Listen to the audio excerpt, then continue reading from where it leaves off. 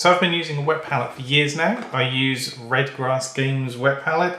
This is not going to be an unboxing or anything because I've been using it for a long time and I have no idea where all the packaging is. I'm just going to talk about how I use it, how I've been using it, pros, cons, how it works, how I put it together, that sort of stuff. Very quick video. So what do you get? So there's not going to be an unboxing, but you get some paper sheets, you get a sponge, you get the box itself, you get a little thing to hold it all together that I've never used before, the lid, the base, the sponge. You'll see that the sponge over time, paint will naturally, maybe seep through the paper, but as you see, most of the paint is on the edge. That's just from paint that's kind of overspilled, got too wet, gone over the edge of the paper. It's never been a problem. It's never been the reverse. I've never seen it go up through the paper, but you will find that the sponge will change color with the paints that you put on it. But that's not a problem. Same with inside. There's a bit of staining and stuff from any paint that's spilled over, but again, I've never had a problem with that. The sponge itself will be quite hard when it's dry.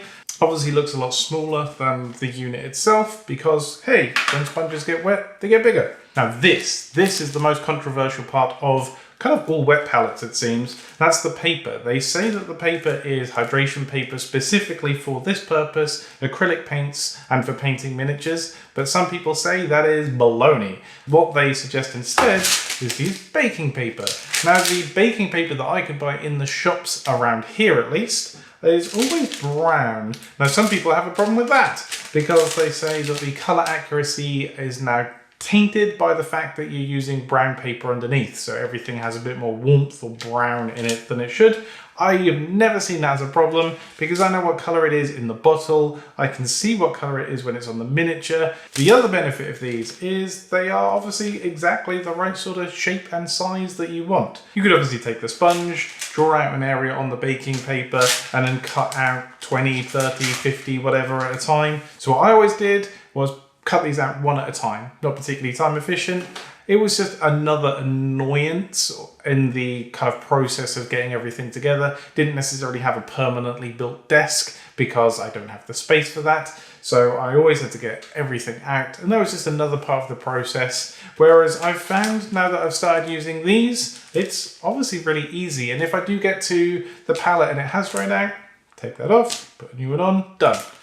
So water, how much water do you put in these? This was a question that I know I had before I had one because obviously different people tell you different things. It's hard to figure out. So let me show you what I will do. So I put a sponge in, as I say, it will be smaller and dry and hard and crispy and crunchy and not what you want from a sponge. You get some water, you pour it in and the sponge will soak that up and get bigger. So the basics here are you just want the sponge wet. However, there are elements to it that determine how much water you want to use. Now you can just slowly add the water until the sponge can soak no more, and that is absolutely fine for painting in that moment.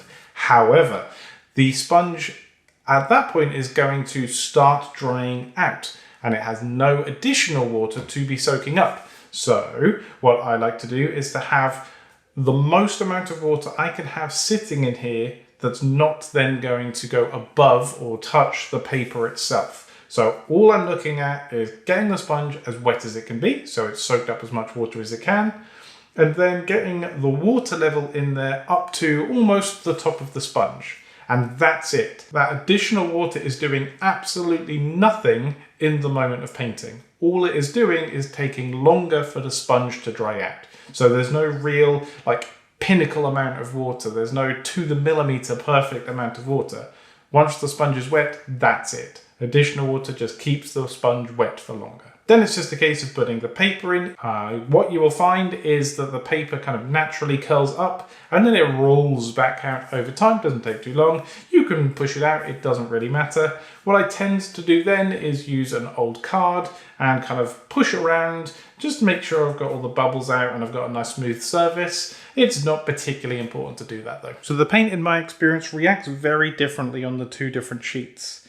That is to say, on the baking sheet, it stays wet, but it stays in lots of individual pools. Whereas if you like a more painterly mix approach, on the hydration sheets, it's kind of wet all the way across. It doesn't just keep the paint wet, it's as if you're painting on wet. So you get a lot more kind of free form in terms of being able to mix the colors together. That's a very big benefit in terms of being able to mix the colors. It keeps the colors wet. However, on the other side, on the baking sheet, because it kind of pools together, it stays thicker and therefore just naturally would stay wet for longer. This just makes things easier. Is it necessary? Do you need it? No, but it's one of those things in life. Spend a little bit of money and it can make things easier. Why not? If it's a hobby that you're committing to and you're spending money on paints and miniatures and things like that, this seems like something to go hand in hand with all of those other things. Would I recommend this one in particular? I have to admit I haven't used any others. The only other wet palette I've used is one that I made myself in a lunchbox container that you've probably seen in other videos, and that did the job again just fine. It's just one of those convenience things, having everything the right size, the right shape, knowing it's all fitting together properly. Is this better than the lunchbox I had?